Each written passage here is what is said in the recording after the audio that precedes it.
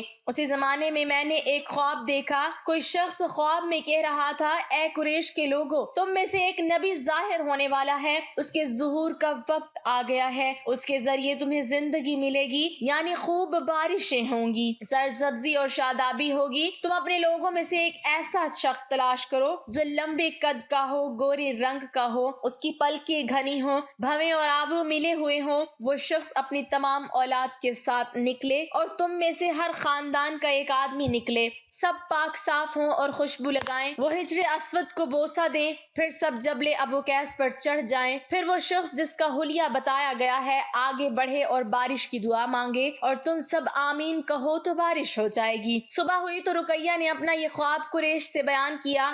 انہوں نے ان نشانیوں کو تلاش کیا تو سب کی سب نشانیاں انہیں عبد المطلب میں مل گئیں۔ چنانچہ سب ان کے پاس جمع ہوئے، ہر خاندان سے ایک ایک آدمی آیا، ان سب نے شرائط پوری کی۔ اس کے بعد سب ابو قیس پہاڑ پر چڑھ گئے، ان میں نبی کریم صلی اللہ علیہ وسلم بھی موجود تھے۔ آپ اس وقت نوعمر تھے۔ پھر عبد المطلب آگے بڑھے اور انہوں نے دعا کی کہ اے اللہ، یہ سب تیرے غلام ہیں، تیرے غلاموں کی اولاد ہیں، تیری باندیاں ہیں اور تیری باندیوں کی اولاد ہیں۔ ہم پر جو برا وقت پڑا ہے تو دیکھ رہا ہے، ہم مسلسل قحط سالی کا شکار ہیں۔ اب اونٹ، گائے، گھوڑے، خچر اور گدھے سب کچھ ختم ہو چکے ہیں اور جانوروں پر بن آئی ہے، اس لیے ہماری یہ خشک سالی ختم فرما، ہمیں زندگی اور سرسبزی اور شادابی عطا فرما۔ اب یہ دعا مانگ ہی رہے تھے کہ بارش شروع ہو گئی، وادیاں پانی سے بھر گئیں، لیکن اس بارش میں ایک بہت عجیب بات ہوئی، اور وہ عجیب بات یہ تھی کہ قریش کو یہ سیرابی ضرور حاصل ہوئی مگر یہ بارش قبیلہ قیس اور قبیلہ مصر کی قریبی بستیوں میں بالکل نہ ہوئی۔ اب لوگ بہت حیران ہوئے کہ یہ کیا بات ہوئی، ایک قبیلے پر بارش اور آس پاس کے قبیلے بارش سے محروم۔ تمام قبیلوں کے سردار جمع ہوئے، اس سلسلے میں بات چیت شروع ہوئی۔ ایک سردار نے کہا، ہم زبردست قحط اور خشک سالی کا شکار ہیں، جبکہ قریش کو اللہ تعالیٰ نے بارش عطا کی ہے اور یہ عبد المطلب کی وجہ سے ہوا ہے، اس لیے ہم سب ان کے پاس چلتے ہیں، اگر وہ ہمارے لیے دعا کر دیں تو شاید اللہ تعالیٰ ہمیں بھی بارش دے دے۔ یہ مشورہ سب کو پسند آیا، چنانچہ یہ لوگ مکہ معظمہ میں آئے اور عبد المطلب سے ملے، انہیں سلام کیا، پھر ان سے کہا، اے عبد المطلب، ہم کئی سال سے خشک سالی کے شکار ہیں، ہمیں آپ کی برکت کے بارے میں معلوم ہوا ہے، اس لیے مہربانی فرما کر آپ ہمارے لیے بھی دعا کریں، اس لیے کہ اللہ نے آپ کی دعا سے قریش کو بارش عطا کی ہے۔ ان کی بات سن کر عبد المطلب نے کہا، اچھی بات ہے، میں کل میدان عرفات میں آپ لوگوں کے لیے بھی دعا کروں گا۔ دوسرے دن صبح سویرے عبد المطلب میدان عرفات کی طرف روانہ ہوئے، ان کے ساتھ دوسرے لوگوں کے علاوہ ان کے بیٹے اور اللہ کی رسول صلی اللہ علیہ وسلم بھی تھے۔ عرفات کے میدان میں عبد المطلب کے لیے ایک کرسی بچھائی گئی اور وہ اس پر بیٹھ گئے۔ نبی کریم صلی اللہ علیہ وسلم کو انہوں نے گود میں بٹھا لیا، پھر انہوں نے ہاتھ اٹھا کر یوں دعا کی، اے اللہ، چمکنے والی بجلی کے پروردگار اور کڑکنے والی گرج کے مالک، پالنے والوں کے پالنے والے اور مشکلات کو آسان کرنے کرنے والے یہ قبیلہ کیس اور وہ قبیلہ مضر کے لوگ ہیں، یہ بہت پریشان ہیں، ان کی کمریں جھک گئی ہیں، یہ تجھ سے اپنی لاچاری اور بے کسی کی فریاد کرتے ہیں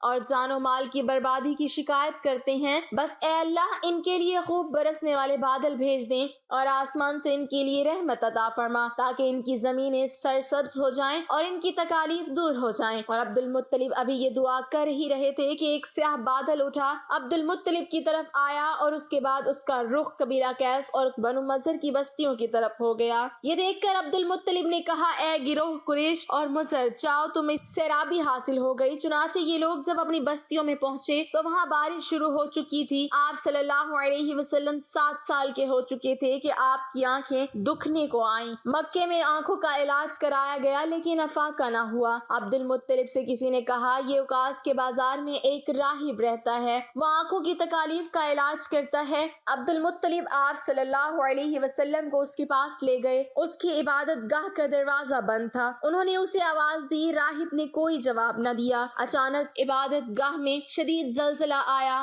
راہب ڈر گیا کہ کہیں عبادت خانہ اس کے اوپر نہ گر پڑے، اس لیے ایک دم باہر نکل آیا۔ جب اس نے آپ صلی اللہ علیہ وسلم کو دیکھا تو چونک اٹھا۔ اس نے کہا اے عبد المطلب، یہ لڑکا اس امت کا نبی ہے، اگر میں باہر نہ نکلتا تو یہ عبادت گاہ ضرور مجھ پر گر جاتی۔ اس لڑکے کو فوراً واپس لے جاؤ اور اس کی حفاظت کرو، کہیں یہودی عیسائی میں سے کوئی اسے قتل نہ کر دے۔ پھر اس نے کہا اور رہی بات ان کی آنکھوں کی، تو آنکھوں کی دعا تو خود ان کے پاس موجود ہے۔ عبد المطلب یہ سن کر حیران ہوئے اور بولے ان کے پاس؟ میں سمجھا نہیں۔